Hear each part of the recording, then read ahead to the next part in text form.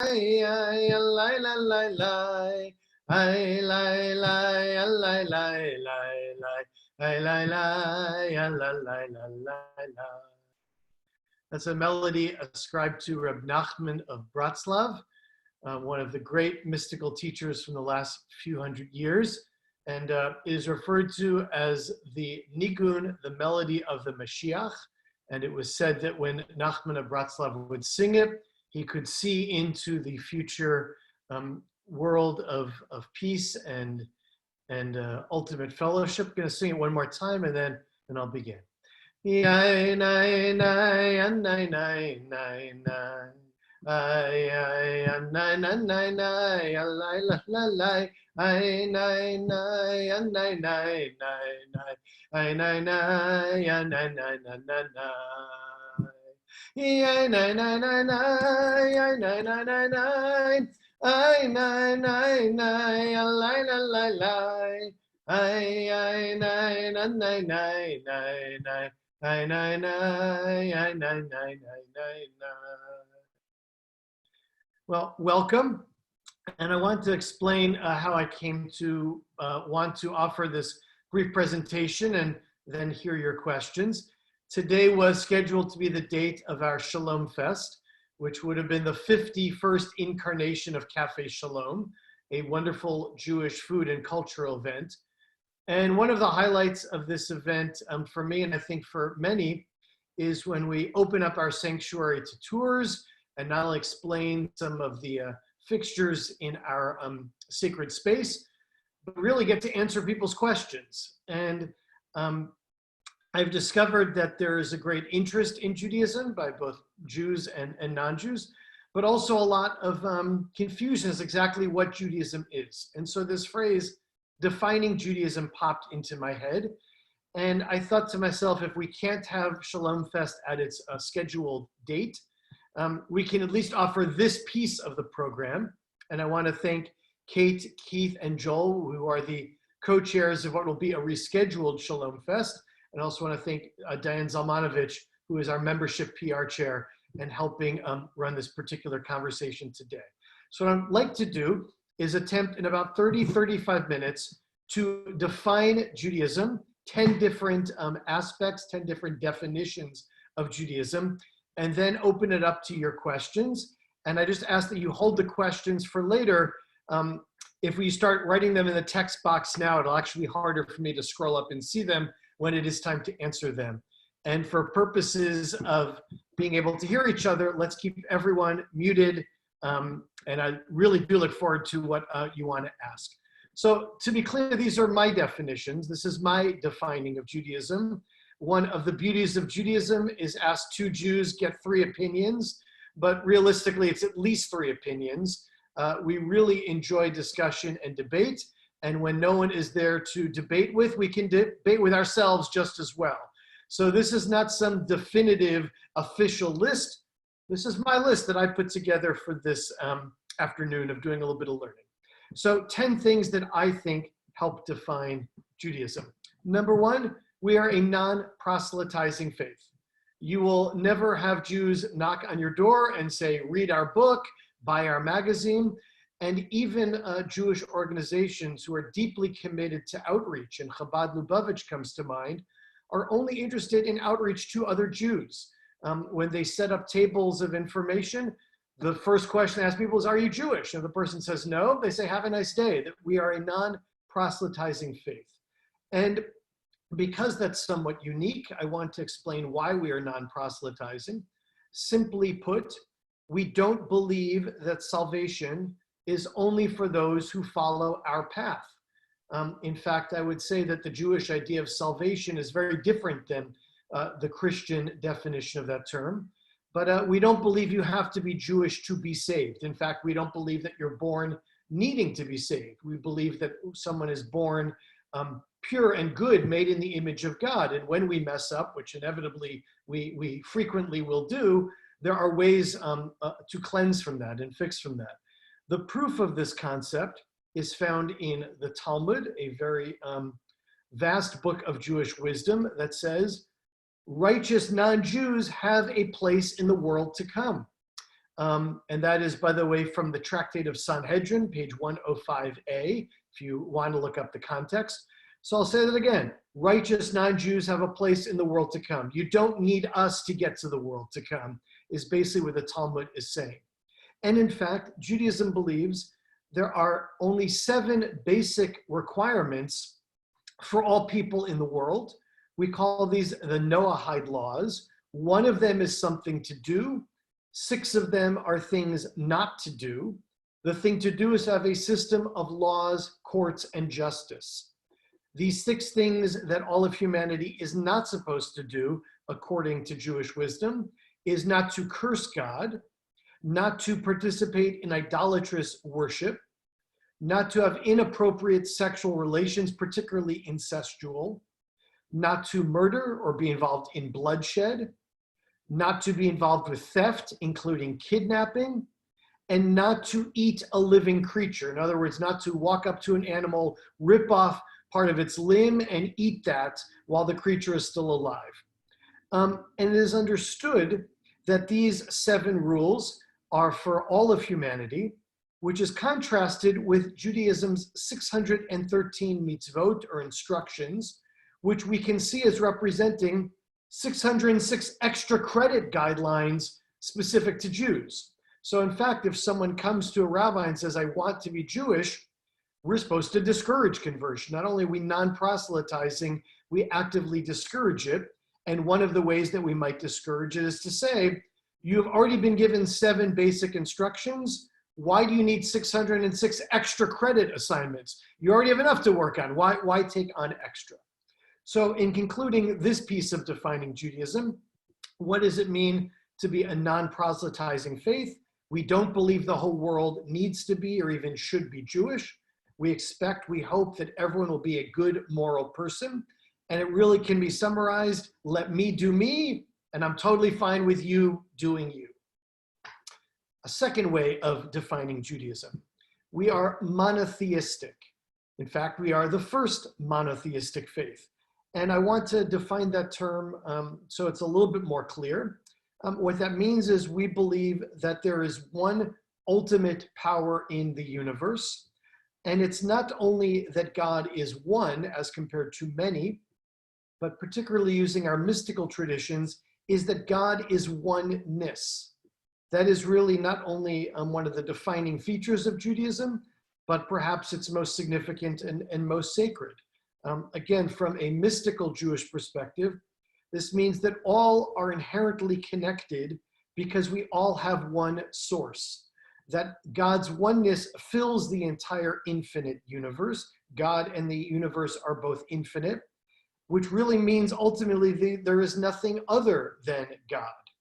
And we see this expressed most clearly in the words of what's called the Shema, often described as the sacred creed or main text of Judaism, which translates roughly as, "Hear, O Israel, the God-facing, the God-wrestling ones. God is our God. God is oneness."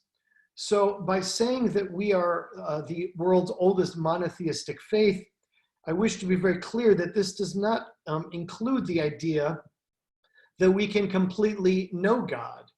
We can know that God is oneness, and we can perceive God, we can sense God, we can pray to God, we can be motivated by this oneness. But Judaism's form of monotheism is ultimately to understand that God is even beyond human comprehension. And there's a simple way of explaining this. The universe is infinite. The concept of infiniteness does not fit into our finite brains. We can use a little Greek symbol to show it, we can talk about it, but actually contemplating infiniteness in time and space does not fit into our understanding, our abilities. So if we cannot ultimately even understand the place that we're living, how could we claim to understand the creator of such a universe, which by definition has to be greater, more powerful than the thing created? So Judaism takes as a given, God exists, God is one, God is oneness, but we cannot claim to fully understand God because that would require us to be God, and we can be of God and not be God. And maybe that's sparking some questions which I can come to in a little bit. So A third way of defining Judaism, again, non-proselytizing and monotheistic were the first two. A third thing I would add, old, very old. Abraham is believed to have lived about 3,800 years ago. And while we have no archaeological evidence of Abraham, or Sarah for that matter, starting with the time of King David 3,000 years ago, we not only have extensive archaeological evidence, that archaeological evidence explains the events as described in the Tanakh, the Hebrew Bible, occurred as they were described. And so it is an amazing thing to be part of one of the world's oldest surviving faiths. And one of the things that I find quite powerful is if one looks at a 2,000-year-old text, for example, the Dead Sea Scrolls, they could be read by any kindergartner living in Israel or any kindergartner that knows Hebrew that lives elsewhere. That is how little the Hebrew language has changed. And we have a literally unbroken connection back to the time of Abraham and Sarah, certainly the time of Moses and Miriam, and even historical and archaeological accounts back to the time of King David, which makes us not only the first monotheistic faith in the world, but one of the oldest surviving ancient cultures and faiths. The oldest Hindu scriptures are from approximately the time of Abraham. So if we accept that the stories that become the Torah preceded Abraham, the stories of Noah, for example, then we are potentially the oldest surviving ancient faith in the world. So we are quite old. Number 4, we are a small people. I did not say short, I said small. And I want to explain exactly how small we are, because if you're watching this at any point and you are not Jewish, I don't think you can understand the fraction of the world that we're talking about. So let me put it into some numbers. There are approximately 2.18 billion Christians in the world. They are approximately 1/3 of the world. So if you were looking at the world as a pie, 1/3, that's a sizable slice of the pie, is Christian. More than 2 billion people. 1.8 billion would be Muslim. That's 1/4 of the pie. So if you add up 1/3 and 1/4, you're talking about 50-60% of the pie that is from the line of Abraham. How many would be Jews? 14.6 million. So again, 2 billion Christians, almost 2 billion Muslims, 14.6 million Jews. If Christianity is 1/3 of the world and Islam is 1/4 of the world, Judaism represents 1/400th of the world. It's on a completely different order of magnitude. So let's put it into percentages. 30% of the world Christian, 25% of the world Muslim, 0.25% of the world Jewish. And an important thing to understand is throughout our history, particularly for the last 2,000 years of dispersion, we have only lived as a minority. In fact, that is the power of Israel. Not only is it our ancient homeland, it's the only place on the world that Jews represent a majority. 6.2 million Jews live in Israel, the largest Jewish community on earth, followed by 5.7 million Jews that live in the United States, which leaves about 2 million Jews every place else, quite literally scattered around the many time zones of the earth, where in general we form 0.02% of the local population. So that is the average number of people, of Jews in the world. And by the way, that statistic is consistent in Modesto, a city of more than 200,000 people that maybe has 200 Jewish families. And I think that's a maybe. I think that includes all of our members who were the only synagogue between Stockton and Merced, the only synagogue with a building, by the way, between Stockton and Fresno. And our members thus come from Manteca and Oakdale and Tracy and many other places. So think about that. In a typical city in the United States of 200,000, there are only 200 Jews. And not to dwell too much on this next piece, but it's an important understanding to be such a tiny minority of the world and to have faced the persecutions that we have faced is certainly part of one of our defining features. The Holocaust wasn't only the murder of 6 million men, women, and children. 80 years ago, at the hands of the most advanced society the world had known at that point, that represented 1/3 of every Jew alive. So when one is talking about numbers, the absolute tiny size of our people and the experience of being a minority is absolutely an important part of defining Judaism. But let me move on. Point number 5. This is very confusing and I think so important. We're not a religion. We're certainly not just a religion. We are an ethnicity. And that means it's very confusing which box to put us into. And as recently as a couple of weeks ago, someone emailed me, they're taking the census. They're not sure what to check in terms of race.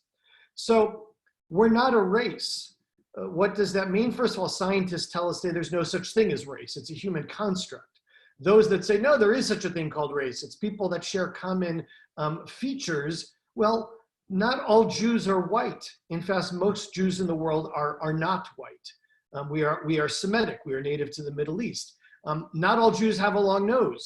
Not all Jews have curly black hair. There's no such thing as Jewish blood. It was the Nazis that claimed you could look at our blood and it was inferior, it was non-human.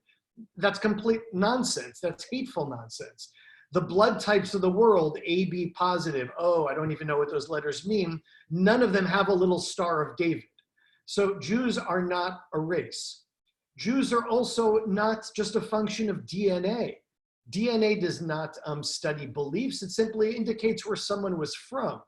So DNA can indicate that you are genetically related to other people who self-define as Sephardi or Ashkenazi. But someone could have 100% Jewish DNA, not have been raised Jewish, been put up for adoption, and does not identify as Jewish.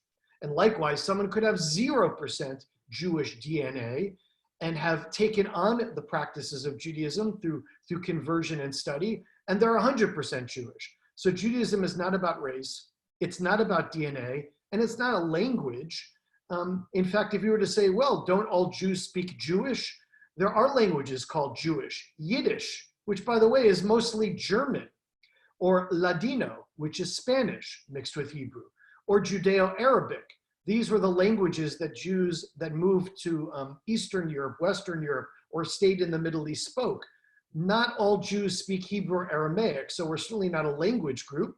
Most Jews know a little bit of Hebrew, many Jews know a lot, but we're not any of those things. We're not a race, we're not a DNA, we're not a language group. What are we? We're an extended family. We're an extended tribe. We're a culture. And like a family, you can leave it. You can say, I'm never talking to those people again, but you still remain their relative. So Jews, despite our argumentativeness, are one family. And that explains the argumentativeness. Who do you argue with most?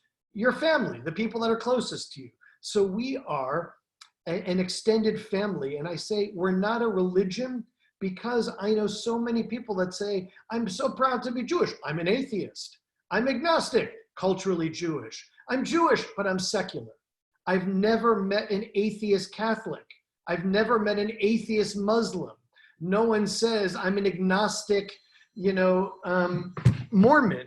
These terms wouldn't make any sense, but it fits completely within Jewish self-identity to be an atheist or agnostic or secular, because they're saying I'm proud of my heritage, which could be food, holidays, music, humor, and not necessarily practicing the religion. So there is a religion called Judaism, but not every Jew is following it. And that doesn't mean that they're, quote, a bad Jew. It simply means they're part of the family. They're not necessarily part of following the religious tenets of the faith. Told you that was confusing, but I think it is incredibly important. A sixth definition of Judaism. We are amazingly diverse. For such a small little drop of the world, it's amazing. Now, first of all Jews share a common homeland, the land of Israel, which is where our faith and culture began. All of us have some, not all of us, but many of us speak some words of Hebrew. We have a shared history, shared holidays, but we live in every different time zone in the world. We come in all colors. The Jews of Africa look African. The Jews of India, they've been there for 23 centuries, look Indian. The Jews of South America look South American. So we're not only diverse in terms of how we look, we're diverse in almost any other metric. Politically, sub-ethnically, religiously, I'll come to that in a moment. Yes, about 70% of American Jews are Democrats, but that certainly doesn't mean all of us. And those numbers fluctuate over time. There was about 90% were Democrats when in Roosevelt's era, and at times it dropped down to about 50 or 60%. So saying all Jews feel, you're almost always going to get into trouble with that beginning of a sentence. Let's look at those that identify religiously, the huge differences between Orthodoxy, conservative, Reform, ultra-Orthodoxy, Hasidic Judaism, Renewal Judaism, Reconstructionist Judaism. These are all modern movements. And while they've only been around for a couple hundred years, they represent an incredible diversity around the role of tradition, the role of science and history, and among our modern movements of Judaism, secular humanism. There is literally a sect of Judaism that says there is no God. We're atheists, we're humanists. But what are we going to do on Saturday mornings? We're going to study the Torah as secular humanist Jews. So I would challenge anyone to find any group on earth more diverse than the Jewish people, despite all of the things that we share. Incredibly diverse is certainly a defining aspect of who we are. Number 7, a big piece of a definition of Judaism would have to include ethics, a sense of morality. There's those that have said this, even more than monotheism, was the gift that Judaism has brought to the world. If one looks at the 613 mitzvot or commandments or instructions, you will notice further proof that we're not just a religion. The vast majority of these have nothing to do with holidays or prayer or worship. They're how we treat our neighbor, how we treat the stranger, how we treat the person we don't get along with, how do we treat the person who doesn't get along with us. They are rules about human behavior and morality. And many of them also have to do with how we treat the world, how we treat our workers, how we treat our animals. So the ethical elements of Judaism are a tremendous part of the wisdom of Judaism, which is why, according to the Reconstructionist movement, Judaism is not a religion or a family. They would say we are a civilization. And what is the main feature of this civilization? Well, the Greeks have beautiful buildings. Every culture has its thing that it's famous for. What is our claim to fame? Ethics. And I want just to tangentially mention one comment on this. Most Jews do not prefer when our ethics are described as Judeo-Christian ethics. And I think that there's 2 reasons that that phrase doesn't land well on many Jews. One, yes, Judaism and Christianity share a great deal, particularly in terms of ethics, but these are 2 distinct faiths. And so to combine them as if they are just one faith, I don't think is true to the beautiful differences between these faiths. And it also excludes Islam, which for the last 15 centuries has a shared understanding of many of these principles. So if you're looking for a phrase that lands better on Jews, Abrahamic ethics or Abrahamic values, I think might be a better description.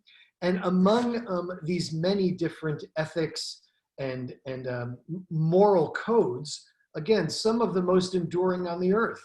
And the way that that Jewish laws evolved was very much a factor in the way that Western law has evolved. One example of this is the importance of majority and minority opinions. And while precedent is set by the majority, minority opinions in the Talmud are always written down, very much the way that they are written down in today's Supreme Court in the United States. Among the ethics of Judaism, and there's no way in a few minutes they could be covered in any detail, one of the most significant is what we call tikkun olam, which translates making the world a better place, healing the world, fixing the world. It is a mystical Jewish belief that we are to partner with God to make the world what it is meant to be. And one example of this is if you look at Nobel Prize winners, 20% of them in all fields have been Jews. Now, how can you explain that? If we're 0.2% of the world, how could we produce 20% of the Nobel Prize winners? Well, we've been accused of being overachievers, and perhaps that is part of this ethical definition. We are certainly a people that loves literacy and being literate. And for much of our history, we often were a community that maintained literacy even when those around us did not. To be clear, this doesn't mean that all of us are wealthy or all of us are born smart. Those, in fact, are actually negative stereotypes, even though they sound positive. Oh, Jews are all wealthy, as in Jews are all powerful. Well, we're certainly not all powerful. We're 0.2% of the world. We're all born smart. No, I don't think it's true. I think that we are raised to be hardworking. We are raised to make a difference, that part of these ethics is to pass it on to the next generation. In fact, that idea of generationalness is such an important part of Judaism as enshrined in the Torah, that we are to pass these things down. And what are the things that we're passing down? Working hard to make the world a better, more peaceful, more completed and healed place. So number 7 was ethics. 3 more of these defining features. It would be impossible to talk about Judaism and its ethics, its diversity, its self-definitions without touching on Shabbat and the holidays. Shabbat, or Sabbath as it's translated, is, according to the book Gift of the Jews, and also according to Rabbi Abram Joshua Heschel, one of the main contributions that Judaism has made to the world, the understanding of holiness in time, as compared to just holiness in space, a sacred shrine, a sacred hilltop, a sacred grove. Judaism says, yes, holiness can be found in the physical world, but is also found in time. And one of the ways that we keep track of time is every 7th day, when the sun sets on Friday until stars come out on Saturday night, it is a day set aside for being rather than doing. Or as one of my teachers said, we get to be human being, not human doing. That we are to work the world, improve the world, fix the world, labor 6 days of the week, but one is a day simply to connect with self, to connect with God, to connect with community, to connect with the very world that the other 6 days of the week we are busy co-creating and working. So Shabbat is such a significant part of Judaism. As Achad Ha'am said about 150 years ago, more than the Jews have kept Shabbat, Shabbat has kept the Jews. It's one of the glues that keeps us together as a community. It's when we gather and feast together, read from our books together, sing together. So it'd be impossible to talk about defining Judaism and not reference Shabbat. But having referenced Shabbat, I want to mention that it is just one of many different holidays. It is our most sacred holiday. It's our most occurring holiday, but there's certainly other significant holidays. We have 3 pilgrimage festivals, each with an agricultural and historical message. Passover, which represents the birthday of our people when we were freed from confinement in Mitzrayim, what today we call Egypt. Shavuot, the festival of first fruits, when we received revelation at Mount Sinai. And by we, the Torah describes a group of close to 2 million people, men, women, and children, all hearing this divine instruction that becomes the Torah. The third holiday, the harvest festival of Sukkot, representing the wanderings of our people in the desert. And so the year is highlighted by Passover, Shavuot, and Sukkot, 2 of which transferred over into the Christian calendar in the form of Easter and blanking out on what the Festival of Weeks is called. Pentecost, thank you. Sorry, I had a momentary blanking out of what that's called. We also have 2 high holidays, the Yamim Noraim, the days of awe, beginning with Rosh Hashanah, the new moon of the 7th month, which is regarded as the Jewish New Year, and Yom Kippur, 1 week later, which is the holiest day of the year, a day for us of spiritual cleansing and renewal and forgiveness. Plus a lot of other wonderful holidays. Purim, which is worthy of a much longer discussion than simply saying a fun holiday based on the book of Esther. Hanukkah, notice how far it is down on the list. It is not the Jewish Christmas. It's a minor holiday that actually is telling the story of a historical event about 200 years before Jesus of Nazareth was born. So certainly not in any way related to that particular Jewish person's life. We also have Rosh Chodesh, the new moon. Every new moon is a celebration because we have a lunar calendar, and many other minor fasts and feasts. My point is that every week has a Shabbat, every month has a Rosh Chodesh, and every season has some other holiday, the New Year of the Trees. I could go on and on. The holidays are a significant part of our music and our food and our gatherings. And since one definition of Judaism is community, it is when we come together as community. Two more ways of defining Judaism. The Muslims called us fellow people of the book. That's accurate, but I think they left off a letter. We should have been called the people of the books because we have many, many books. There is one Quran, but a complete Jewish library fills up many, many, many rooms, and there's no such thing as a complete Jewish library because books and commentaries constantly being added to. So what are some of our main books? We have the Torah, the 5 books of Moses, the central, oldest, and most sacred part of the Hebrew Bible. The Hebrew Bible continues in what's called the Tanakh, Torah, Nevi'im, Ketuvim, the 5 books of Moses, the books of prophets, the books of writings. So Amos, Isaiah, Ezekiel, Jeremiah, Psalms, Song of Songs, Ecclesiastes, Esther, Ruth, Proverbs, AKA what Christians call the Old Testament. We don't refer to it in that term because for us it is the living, revealed word of God, which makes clear multiple times will not be replaced with a later book. So it is for us the Bible, the Hebrew Bible, the Tanakh, but that's just the beginning of the Hebrew library because there are literally thousands of books explaining Jewish history, Jewish practice, Jewish storytelling, and Jewish mysticism. So we have the oral traditions that describe the Torah written down in books like the Mishnah, which are then explained by the Gemara, which can together form the Talmud. And just to give you a sense of the size of that book, if you were to study a page of Talmud a day, which takes about 30 minutes, it would take you 7.5 years to make it through the Talmud, which is the oral traditions that accumulated around the written word of the Torah and the Tanakh. And that doesn't include all of the works of Midrash, storytelling, legend, the backstory. You know, how did Abraham know that there was a God? The story of him smashing the idols is not in the Tanakh, in the Hebrew Bible. That's a Midrash. Or how did Moshe get a speech impediment? A famous story, not in the written book, but collected in things called Midrashim. And none of that is to comment on the Kabbalah, the Jewish mystical spiritual path, the Zohar, Sefer Yetzirah, the Bahir, plus all the Hasidic works, which are formed by a deep grounding in the mystical tradition.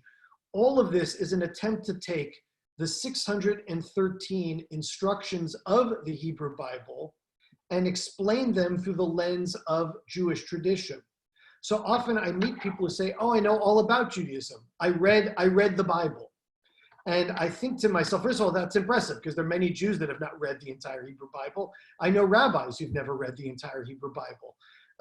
But what's so interesting is I don't think that gives you a great insight into Judaism. First of all, you probably read it, whoever I'm talking to in this situation, in translation, or more likely a translation of a translation.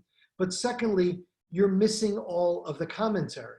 You're missing the 3,000 years of accumulated wisdom that come with the written Hebrew Bible in the form of Mishnah, Gemara, Midrash, Kabbalah. And to some extent, it's a never-ending conversation. It's the ultimate game of telephone, that every generation inherits the wisdom that came before them and adds to it. So the notion of, oh, I understand Judaism, I've been Jewish my entire life. My roots go back, thousands of years on both sides of my family. I've not read every Jewish book. I can't claim to know it all. There are entire rooms full of books that I have never read and will never read. So the notion of Judaism as the the still accumulating wisdom of the Jewish people is absolutely a defining characteristic. And that's to say nothing of Jewish cookbooks, music books, art books. That's just talking about written wisdom. Okay, a 10th definition. Let's look for a moment at what the word Judaism means. It comes from the tribe of Judah, the land of Judea, and Judah and the land of Judea in Hebrew is Yehudah. Yehudah means to praise. So one definition of Judaism is we are the people that praise.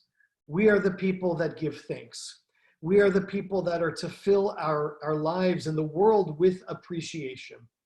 It says in the Talmud, in describing Judaism, that a Jew is to have 100 blessings a day, to recite 100 blessings. And while that means in the Talmud's understanding, literally to read 100 blessings minimum each day, it means much more than that. It means that we're to fill our lives with appreciation.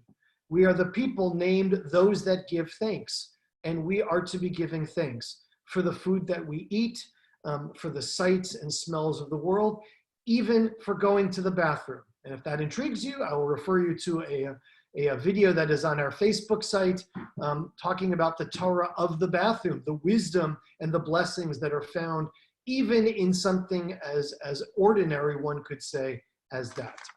So here's what I want to do before I take some questions. I just want to review the list again. We are a non-proselytizing faith. We are a monotheistic faith.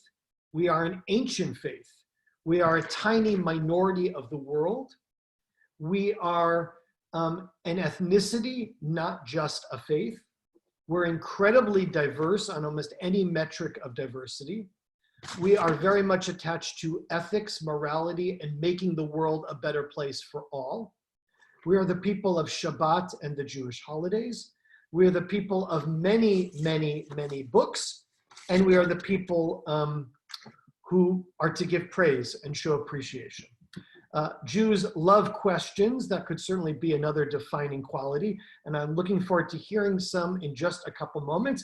But I want to mention, I've not said anything about Jewish humor. That could have been its own defining piece. I haven't said anything about Jewish food. That could be its own defining piece. I've said nothing about Jewish music. That could certainly be its own defining piece. And obviously the love of questions itself could be a defining piece. But I want to end with a quick show and tell. When we've been able to do this event in our sanctuary, it's been wonderful to show people around and have them ask questions about what they're seeing. But I do want to show at least one thing, and that is right behind me over here, which is a Torah scroll. So I'm going to put on a talit, a Jewish prayer shawl, as is customary when one is opening up the Torah. And let me explain exactly what this is, and then I will show it up close, and then we'll take your questions. This is the 5 books of Moses, as written on parchment, stretched animal skins, in Hebrew. And the Torah is taken out from our ark in our synagogue every Saturday morning and read. But what is an incredibly important detail, every synagogue, everywhere in the world, if they're Sephardi, Ashkenazi, Mizrahi, Conservative, Reform, Orthodox, Hasidic, you name it, we're all reading the same portion in order. So as compared to the liturgical readings that I've seen in churches, the 5 books of Moses are read one segment at a time in order. So one could literally go to 55 different synagogues and get the entire Torah from Genesis to Deuteronomy in the same order. It takes a scribe about a year to write a Torah scroll, working 6 days a week. They are written with a feather pen, with an exacting ancient ink recipe. And here's the most significant thing. Every Torah is exactly the same. There's no such thing as a reformed Torah, an Ashkenazi Torah, a Chabad Torah, conservative Torah. All of that diversity I spoke of breaks down when it comes to this, is considered Judaism's most sacred ritual object. If, God forbid, a synagogue was on fire, the people all need to be saved first. That is truly the most holy thing in the building. But after that, we would save a Torah scroll. It, as much as Shabbat, is what keeps us together. And so I want to just give you a chance to see it up close for those that have not had a chance to see a Torah scroll. This one's fairly small, by the way, about half size. You'll see that as these wooden dowels, the scroll is then placed between them. If I can bring it up as close as I can to the microphone, sorry, to the camera, you get a sense of what it looks like. This does not include the vowels, the punctuation, or the cantillation, just the Hebrew consonants. But again, any synagogue that you've ever been in or have passed on the street, somewhere inside has a Torah scroll. That's really what makes it a synagogue. That's what makes it a community center, a place for this to be taken out at least once a week, sung from, because the entire Hebrew Bible is actually a song, and then discussed, lovingly debated, lovingly looked at in terms of commentary. So look forward to having a chance to bring you through our actual building and show you how the scrolls look in the Ark. But that in 40 minutes, I think I kept to my timeline, are 10 defining elements of Judaism. And for the 15 minutes we have left, I would love to hear some questions. Keep in mind that nothing you ask me will possibly offend me. And I really would love to hear it. If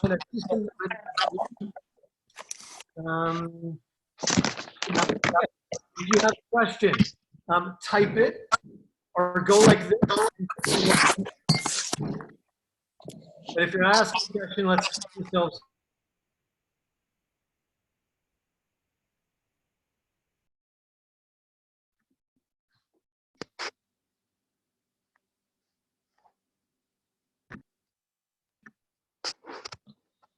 Lost the sound.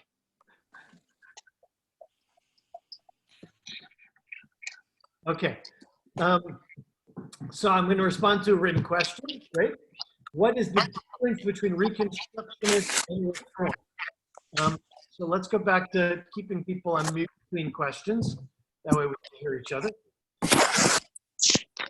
Excellent question. Thank you for submitting it. First of all,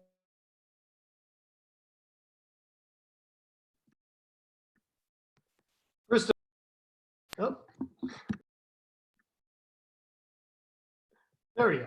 First of all of these are modern movements. Abraham and Sarah, Moses and Miriam would not have been able to say, oh, I'm conservative, I'm reform, I'm orthodox. These movements are literally creations of the last couple hundred years, which have to do with when Judaism began to wrestle with the age of enlightenment and modernity and science. And to some extent, all of the movements are a reaction to how much tradition should have a vote as compared to modern science and reason. So of these movements, the Reform is one of the oldest. It is an attempt to reform Judaism, to actively say the rate of change needs to be extreme. So services were moved from Hebrew into whatever was the vernacular of that country. Men and women were given equal roles, elements involving sacrifices, dietary laws, what becomes Zionism. All of those things were actually taken out of the belief system in saying they were not compatible with modernity. And this movement began in Germany and then moved to the United States in the 1800s. By the way, these movements are a significant feature of American Jewish life, much less significant in Israel. People in Israel are less likely to say they're conservative, Orthodox, or Reform. They're more likely to say observant, traditional, secular. But even a secular Jew in Israel is probably more observant than a secular Jew perhaps in the United States. So anyway, I digress. Reconstructionism was the creation of an Orthodox rabbi teaching at the conservative seminary, and it has at its heart not so much an attempt to reform Judaism, but attempt to examine it and potentially reconstruct it as a civilization. Mordechai Kaplan, who founded what becomes this movement, again, was an Orthodox rabbi teaching at a Jewish Theological Seminary. His main contribution was Judaism should be studied as a civilization, and that God was the power within that made for us to better our world. I would say it theologically and in terms of practice falls somewhere between Reform and conservative, because in many aspects is more traditional than Reform, and in some ways has certainly been more reconstructed than conservative, which is to conserve the tradition. So it also do with the rate of change and what is the significance of the change. Great question. And I would refer you to the URJ, the Union for Reform Judaism, or the Reconstructionist Rabbinical Association. I'm blanking on what their website is called. They could each define themselves better than perhaps I could. Okay, I'm going back up to our questions here. It's very hard for me to scroll up on them, but I'm going to try. Okay, how does the ethical belief in an eye for an eye fit into the Jewish ethical system? Great question. Classic example of how something is not well understood in translation. The Hebrew says eye underneath an eye. The Hebrew is not implying that if someone's eye is poked out, they should poke out the other person's eye. So the beautiful bumper sticker, eye for an eye, leaves the whole world blind. Well, yes, but that's also not basing it on how Jews understand our own text. Judaism has said for literally thousands and thousands of years, if you damage someone's eye, you owe them the worth of their eye. You owe them the finances they're no longer able to earn because you've injured them. You owe them their sense of self-worth. And that is to be defined by the person whose eye you've poked out. If you've poked out the eye of the next Picasso and he can't do his work, he might define his eye differently than a 90-year-old blind person who is dying. So eye for an eye is an understanding that we are to be responsible for each other, but that's a great example of how Jews in general do not take the Torah literally. We take it to be spiritual and incredibly important, but the literal meaning is rarely understood as the final or best meaning of almost anything in Judaism. Two great questions. Thank you for that. What is the meaning of Pentecost? Have you talked about your Talit and other designs? Great questions. Pentecost in Judaism is called Shavuot, the Festival of Weeks. Ironically called that because it's only 1 day long. Outside of Israel, it's 2 days long, but it's certainly not weeks long. But it is called that because it comes on the 50th day after 7 weeks of counting each day. So on the 49th day, we conclude the counting to Shavuot and then observe the festival of Shavuot. Shavuot is both the festival of first fruits, the beginning of harvesting, particularly of grains, and it represents the anniversary of receiving the revelation at Mount Sinai, the 10 Commandments and what becomes the entire Torah, and ultimately what becomes Judaism. My Talit is designed with the thoughts of Rabbi Zalman Schachter Shalomi of blessed memory, the Rebbe of what became Jewish renewal or renewal Judaism. And he said, in addition to having the contrast of the Talit of a black or blue stripe, his Talit he thought should have a rainbow of colors representing the 7 sfirot, the 7 divine emanations, 7 mystical traits that according to Kabbalah we share with Judaism. I know how to navigate, let me see if I can scroll down here. I know how to navigate the Torah from my familiarity with the Bible. I don't understand the organization of the Talmud. How do I find a favorite quote? Great question, not an easy answer. The Torah is designed in historical and kind of stream of consciousness order. God said to Moses, and so Moses wrote that section down. It is not divided topically. It is divided, again, as these historical revelations occurred, they were written down. When the Mishnah is compiled, that's the oral tradition around the written law, the written Torah. The Mishnah is broken into 6 categories, 6 orders. So you can basically have an easy reference guide. These are all the things on agricultural laws, including blessings. These are all of the pieces regarding damages, torts. These are all the pieces regarding festivals. These are all the pieces regarding holiness laws. These are all the pieces regarding women and marriage and social order. So it was a very methodical system. The Gemara, which is the commentary to the Mishnah, follows the same division into orders and tractates and chapters, but unfortunately, or fortunately, depending on your perspective, uses a great deal of stream of consciousness and tangential material. So mentioning a rabbi will bring someone to a different quote by the same rabbi. Mentioning that quote that might include a reference to, I don't know, goats, will bring us to another story about goats. Talking about goats could easily bring us to something about sheep. So the Talmud will move back and forth between legal material, midrashic material, mystical material. There is an amazing modern website called Sefaria, which has placed the entire Talmud online, both in Hebrew and Aramaic and in English. There are many written Talmuds, Art Scrolls series, the Adin Steidsalt series that add exclusive, extensive commentary, but there's not an easy way to cross-reference the Talmud. Believe it or not, I would say Google or consulting with a rabbi who themselves might use Google might be an effective strategy. It's not like all the quotes are in one place, everything that Hillel said is in one place. No, they're kind of all scattered around. Is the Gemara and the Midrash or Mishnah would compromise the Talmud? Great question. So the Mishnah is the early incarnation of oral Torah written down. The commentary on the Mishnah is the Gemara. Mishnah and Gemara together are Talmud. So Talmud and Gemara are kind of synonymous to some extent. Midrash is both compiled in the Gemara, but also in separate works. So Midrash and Mishnah are separate words, and by the way, they mean very different things. Midrash means to expand on the text, expand on the story. Mishnah means to repeat the text, to memorize it, to learn it. Penta is in 5, yes, it's the 50th day. Shavuot is the 50th day after Passover begins, the same way that a Chumash, a 5 books of Moses with commentaries called a Pentateuch.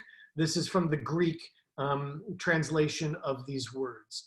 And let me read one more comment here. Pentecost means the holiday of the 50th day. Exactly, that's our Shavuot. Though I believe Pentecost is the 50th day after Easter. And while Easter and Passover frequently overlap, they're not the exact time because Easter is always a Sunday. Passover is whenever the full moon of spring falls. Christians believe that special things in their religion happen on that day. Yes, I believe that's the story in the Christian Bible of the Spirit of God descending on the elders. If I have the reference correct, I'm certainly no expert on Christian Bible or theology, but there is definitely a connection between Passover and Easter, and very much a connection between Shavuot and the Christian holiday of Pentecost. We got time for at least 2 more questions. Carol has one. Carol, can you type it? It might be easier at this point. If not, Dan's going to see if she can unmute you. Hold on. Can Carol be unmuted? You're unmuted. Okay. I was wondering if you can explain the historical background of the diaspora. Sure. Easy question with a complicated answer. But, let me give it a try. There were 2 diasporas. The Assyrians conquered the 10 tribes of the north. The Babylonians then conquered the Assyrians and the Judeans and send everyone packing to Babylonia. The Persians then conquer the Babylonians and allow the people to go back, though many Jews remained in Babylonia, which is why after the Roman conquest of Jerusalem, Babylonia becomes the center of Jewish thought and learning for hundreds of years because there was already a pre-existing community there. So diaspora usually refers not to the Babylonian exile of the people for the 70 years until Ezra and Nehemiah. It usually refers to the 19th centuries that we are still in, starting with the Roman destruction of Jerusalem and the conquest of the Judeans, particularly after the Bar Kokhba revolt, where it is against Roman law to teach Judaism, and Jews are kicked out from much of their homeland. While a small Jewish community remained in the land of Israel, our homeland, the vast majority of Jews were forced out, and most moved to other parts of the Middle East. And by the Middle East, I'm actually referring to everything from Morocco through really to some extent even Pakistan, but certainly Afghanistan. That Middle East gave birth to the Mizrahi diaspora, the Jews who stayed in what's called the East. And while each community had its own subculture, that was for a large amount of time the largest and most prominent Jewish community. And to give you a small sense of that, Baghdad 100 years ago was 1/5 Jewish. There were sizable Jewish populations. There is still a sizable population in Iran, but there were sizable Jewish communities in Syria, Egypt, Lebanon, Morocco, Tunisia, Algeria, and these were the Mizrahi Jews who were forced out of Judea and moved to other parts of the Middle East. Another Jewish community made its way over to Europe, which ultimately became two distinct communities. The Sephardi community settled in what's today Spain and Portugal, and were responsible for the golden age of Spain, where Jew, Christian, and Muslim lived in harmony and contributed incredible works of literature and art and science. That all came to a devastating end with the Inquisition, which forced Jews to leave, convert, or die. And that led the Jews of Spain, who had lived there for literally more than 15 centuries, to move to other parts of the Mediterranean, South America, Central America, North America. The first Jews arriving in North America were in fact refugees from South America who had come there because of the Inquisition. And as an interesting aside, Columbus's own crew included so-called crypto-Jews, Jews that were forced to give up their identity to survive the Inquisition. The other area of diaspora is Eastern Europe, ultimately beginning in beginning originally what's today Germany, the Rhine River Valley. Those Jews are called Ashkenazim, though that really becomes the term of Eastern Europe, the Jews of Poland and Russia.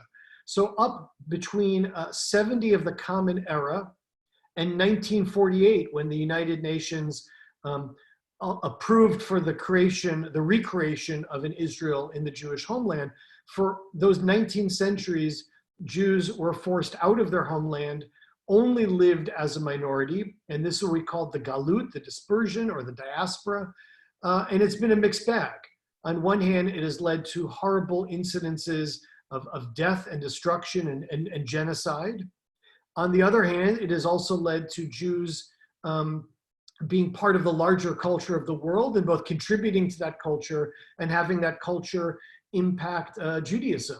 So we've still not really seen the end of this story. The largest Jewish community in the world is again Israel, and it's the only part of the world that Jews form a majority. But the majority of Jews in the world do not yet live in Israel. It's the largest community, but there are still 8,000 Jews that live outside the land of Israel. So the story of dispersion and diaspora continues, and that's kind of the briefest sketch of its outline. Obviously, there's much more that one would read and research to learn what that looked like in all of those individual communities. I'm going to conclude with this. First of all, thank you for being a part of this. We are going to post this probably on Facebook and perhaps even YouTube. We're working out the technicalities of how this will be distributed, but for those who joined in late or want to watch it again, it will be made available. And we have a whole series of classes, some on Facebook, some on Zoom. We always welcome questions. So if we didn't get to your question, please don't hesitate to email me or call me, and I can speak for literally any other rabbi I've ever met. They love your questions as well. So if you want to get a different opinion, to simply speak to a different rabbi or speak to the same rabbi on a different day, and you might get another opinion. But keep the questions coming. It is the way that we bring peace to the world, to learn about each other and to engage in this learning respectfully and with an open mind. So I really appreciate everyone taking their time. And now let's continue with our day. Be safe, stay healthy, and stay connected. Great to see you. Thanks again. Thank you. I missed the beginning. Wait. I unmuted everybody. Oh, Bye, thank you, everybody. Diana. Bye, everybody. Bye. Hi, Hello, Rachel. everybody. Hi, Bye. Randy. Hi, Joyce. Hi, Bye. Howard. Take care, everyone. Hi, Randy. Bye, guys. See you at the next Bye. one.